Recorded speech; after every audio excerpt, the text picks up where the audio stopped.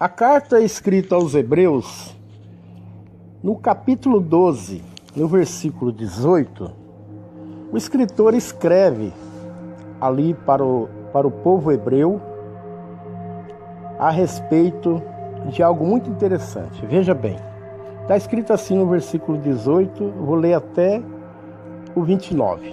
Porque não tendes chegado ao monte palpável que ardia em fogo, a escuridão, as trevas e a tempestade, ao som da trombeta e a voz que falava, a qual os que ouviram suplicaram que não se lhe falasse mais.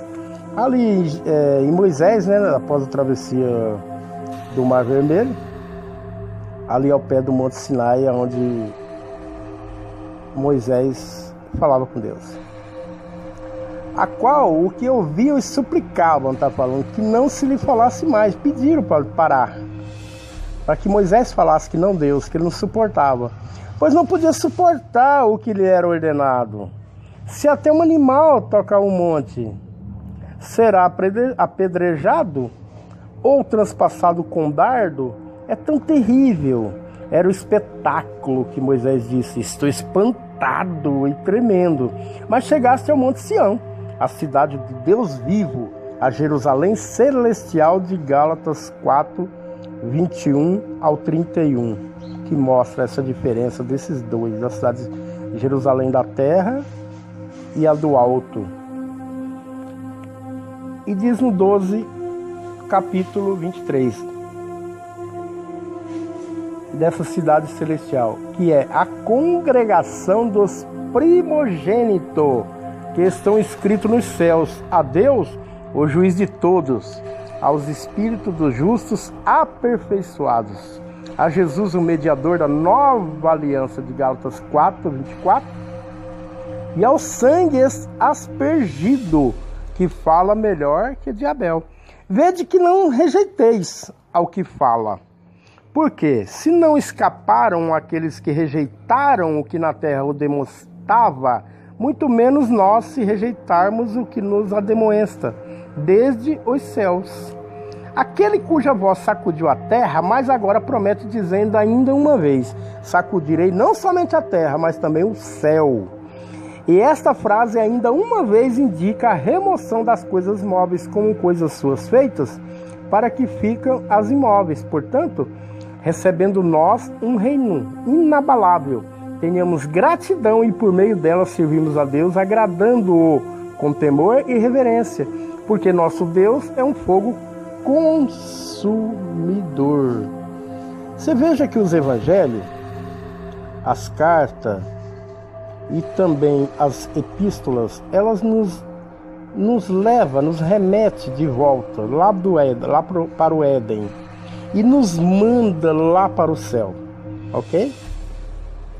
Mas também, bem no finalzinho, em Apocalipse, também reserva uma parte um pouco diferente para aqueles que não aceitam a Jesus, não aceitam a Deus, principalmente no capítulo 17. É uma surpresa enorme que João está tendo ali com o anjo, não é mesmo? A prostituta. Por quê? Porque essa prostituta é a Babilônia. A Babilônia, aquela adornada de ouro, toda enfeitada, aquela bonitona. Só que o véu foi rasgado e foi mostrado a verdade para João. E João admirou. Aí o anjo perguntou, por que você está admirado? Ele ficou assombrado. Assim como Moisés também está se assombrando aqui no monte, com tanta beleza. Alguns apavorados, né? Alguns apavorados. Mas alguns não. Moisés, no caso, né? Moisés estava admirado, espantado com tanta maravilha, né? Mas o povo não. O povo não conseguia nem suportar aquela voz, né? Então vejamos assim. Quando aqui diz, em Hebreus 12, no versículo 12, no versículo 18 aos 29, ele fala a respeito de uma divindade que promete mexer não a terra, mas mexer todo o céu. Ele já mexeu a terra, não uma vez, várias vezes. Mas a mexida maior que ele deu, que dá para nós perceber bem, que é o dilúvio, e a vinda de Jesus nessa parada do tempo. Mexeu no crono da Terra, fez com que a Terra parasse a sua cronologia e começasse de novo essa entrada chamada de Kairos, né? Não sei porquê, é Kairos, inclusive é com A, com K, se você quiser pesquisar, é com K, K-A-Y-R-O-S, com acento no final. Bom, esse Kairos, eles colocam, Kairos, coloca como a entrada de Deus no tempo, para ele mexeu nesse tempo, nessa cronologia, no crono da Terra, no que faz a contagem de toda a Terra. Então essa cronologia ela foi alterada. Para nós ela está em ordem crescente, mas para Deus está decrescente. Deus determinou uma data ali com Jesus, ok? De Jesus para frente se inicia um calendário novo para nós, mas para Deus é uma descreção, um descrescimento, é uma ordem decrescente, entendeu? Ela não tá aumentando, não está passando os anos não está diminuindo, porque já tem uma data, limite final, entendeu? Vamos supor que seja 3.000 anos, então para Deus começou com 3.000 anos, entendeu? Então tá 2.999, 98, 90, então tem um dia já para Deus que vai terminar todas essas coisas aqui, todo esse sistema, ok? Aonde vai vir o juízo para o Satanás, o diabo, seus anjos, todos os seus seguidores. Mas entenda que não há nada, um julgamento, nada para quem está em Cristo Jesus, tá ok? Em Cristo Jesus é a justiça. Você entende que a justiça é alguém que determina sobre um juízo. Quando vem uma justiça sobre um povo, é porque já foi determinado dentro de uma determinada lei. Então a lei foi imposta. E depois da lei veio a justiça. Já teve um julgamento, ok? Então ele envia seu filho por justiça. Então por justiça toda a humanidade foi absorvida. Por que a humanidade foi absorvida? Porque você erra não por você, mas pelo pecado de Adão. Se Adão não errasse, você erraria hoje? Lógico que não, você não conheceria o pecado. Você teria uma vida eterna, assim como Deus permaneceu ali, a estadia de Adão na terra. Só que Adão não aceitou. Ele deu ouvido ao Satanás, ao diabo, ok? Com essa influência que ele usa das coisas de Deus. Por que Satanás usa as coisas de Deus? Porque ele não tem nada. Satanás é nu, ok? Ele está no frio, no calor, ele está com fome, ele está nervoso, irritado por isso. Ele não tem um sossego, ele não tem um amparo. Por quê? Porque ele saiu da, como diz, da região de Deus, das coisas de Deus. Ele está fora das coisas de Deus. Ele não está estabelecido em um local cuja tem a ordenança, está sob o jugo de Deus. E acontece o seguinte, que você tem que entender. Fora de Deus não há nada. Você entendeu? Não há nada. O que acontece? Todo mundo que segue a Satanás segue a nada. A nada. Porque não há coisa nenhuma fora de Deus. Ok? Nem o próprio Satanás. Até a vida dele quem institui é Deus. Nada fora de Deus. Não tem como. Não tem nada. Então Deus ele criou o universo. Tudo que você sabe que tem aqui de consistência, de cor, tudo aqui é Deus que fez, ok?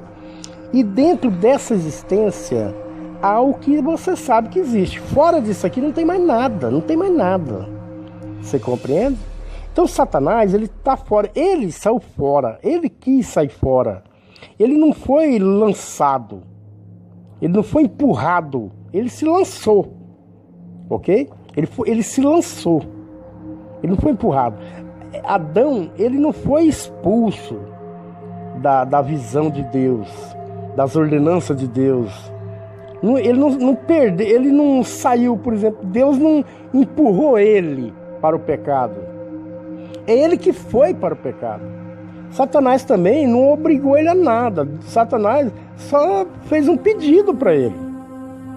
Entendeu? E eles aceitaram. Tanto ele quanto a Eva.